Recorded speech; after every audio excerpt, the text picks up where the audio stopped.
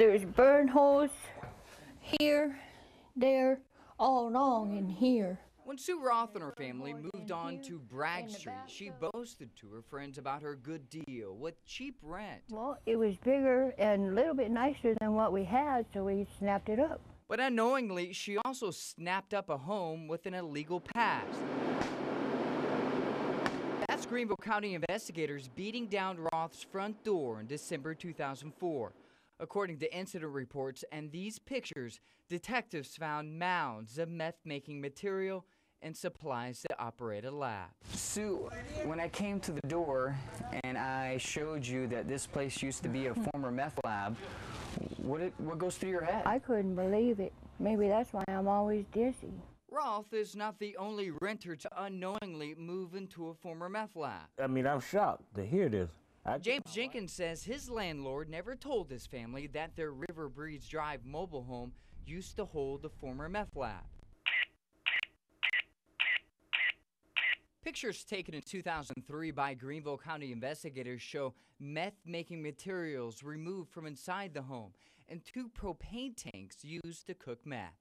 If meth is not cleaned up properly, chemicals from a lab can linger in carpets, walls, or the ventilation system for years and potentially make you very sick. Interesting. Dr. Robert Bennett is a forensic toxicologist. He's tested several homes and people for meth over the past few years. To find out if Roth's home still holds meth residue, we asked Dr. Bennett to do sample testing inside Roth's home. Less than an hour later into his search, here's what he found. One out of the bedroom, you can see significant color change reaction. What does that mean? That means that's indicative of methamphetamine. That's right. 4 years after the meth lab bust, Dr. Bennett easily found meth residue. Lucky for Roth's family, the amount found is not dangerous. In both Roth and Jenkins' case, the state did not require their landlords to disclose the home's history or provide proof that it's safe to live inside.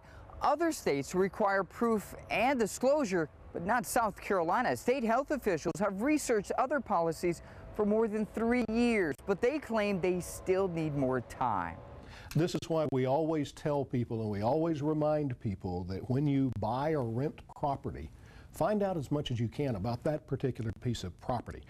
Tom Berry with the Department of Health and Environmental Control says DHEC doesn't want to rush or push for legislation because many states have changed policies.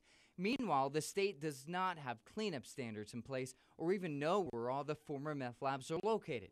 Dr. Bennett says the state's lack of cleanup standards does not keep the rest of us safe.